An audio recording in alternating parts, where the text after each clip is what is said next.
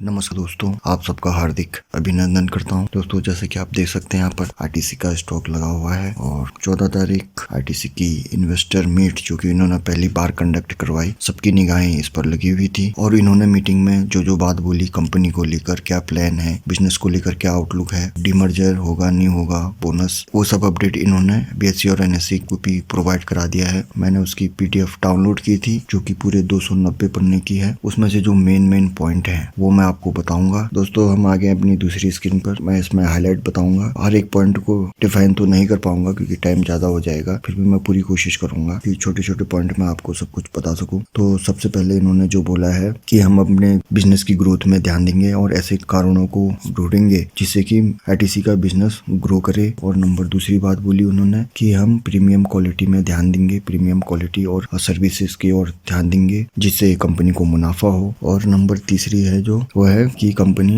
M&A में focus कर रही है, यानी मर्जर एंड एक्विजिशन में उनका ध्यान है। यानी कि आने वाले टाइम में आप सुनोगे कि आईटीसी ने किसी कंपनी का अधिग्रहण किया या उसके कुछ स्टेक खरीदे। उसका एक उदाहरण मैंने पहले ही बता दिया था। अभी हाल ही में आईटीसी मदर स्पर्श बेबी केयर में 16% स्टेक खरीदे थे और वो हो सकता है किसी कंपनी को आईटीसी के अंदर मर्ज करें, तो इस पे भी उनका फोकस है जिससे कि कंपनी को मुनाफा हो। नंबर 4 बताने से पहले मैं आपको एक बात क्लियर करना चाहूंगा। इस मीटिंग में डीमर्जर और बोनस के बारे में कुछ नहीं कहा गया है, यानी डीमर्जर अभी नहीं होगा और बोनस भी अभी नहीं मिलेगा। लेकिन संजीव पुरी जी की जो स्टेटमेंट थी उसमें उन्होंने बोला है कि एफएमसीजी बिजनेस के डीमर्जर और आईटीसी के आईटी बिजनेस को अलग से लिस्ट कराने के बारे में रास्ते खुले हुए हैं, हम विचार कर रहे हैं। तो अब जो चौथा पॉइंट है दोस्तों, इन्होंने बताया है कि हमने अपने मार्जिन में इम्प्रूवमेंट किया है। इनका मार्जिन जो 2019 में 8% था वो आज के डेट में बढ़कर 25% हो गया है। इन्होंने ये अपनी मीटिंग में बताया। और जो 5वां पॉइंट है,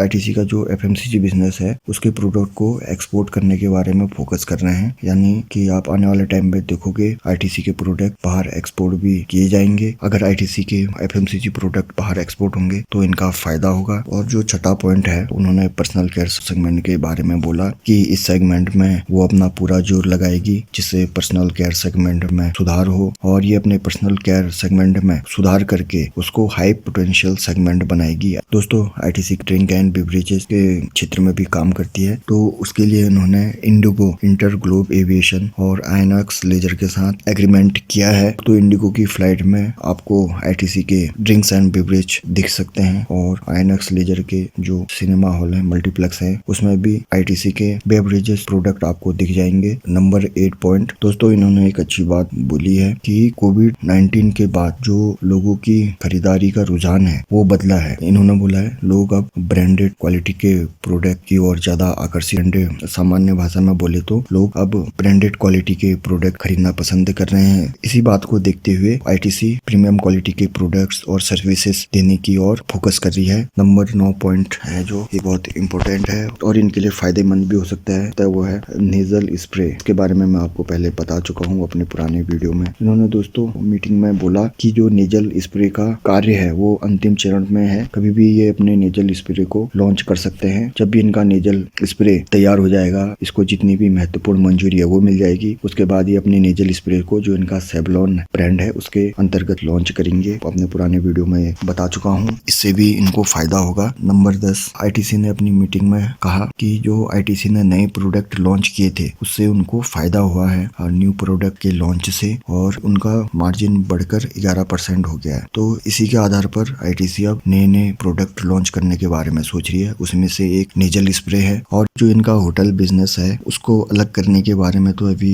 कुछ बोला नहीं इन्होंने, लेकिन इन्होंने बोला है कि जो होटल बिजनेस के मार्जिन है उसको वो इम्प्रूव करेंगे। और इनके होटल बिजनेस को, सिर्फ इनके ही नहीं, पूरी होटल इंडस्ट्रीज को कोविड के कारण बड़ा नुकसान हुआ है। और इन्होंने एक बात बोली है कि ये एसेट लाइट मॉडल के ऊपर ध्यान दे रहे हैं होटल बिजनेस के संबंध में। अंतिम पॉइंट, इन्होंने बताया है कि इनका कैश फ्लो 3 साल में बढ़कर 31,000 करोड़ के आसपास हो गया है। यानी आप सोच सकते हो कि आईटीसी के पास कितना कैश है, यानी एक कैश रिच कंपनी है। अगर आपने आईटीसी में निवेश किया है, भले ही उन्होंने अभी डीमर्जर नहीं किया हो, बोनस ना दिया हो और भले उस इनके शेयर में इससे गिरावट आए, तो अगर आपने निवेश किया है तो आप बने रहिए क्योंकि आने वाले टाइम में आईटीसी बहुत अच्छा कर सकती है। हालांकि अब इसके शेयर में क्या प्रभाव पड़ेगा वो तो आने वाले टाइम में ही पता चलेगा, लेकिन अगर आपने निवेश किया है तो आप बने रहिए और गिरावट आती है तो खरीदारी करिए। आईटीसी फंडामेंटली बहुत ही स्ट्रॉन्ग शेयर है, मैं इसके बारे में पहले ही बता चुका हूँ। वीडियो देखने के लिए बहुत बहुत धन्यवाद।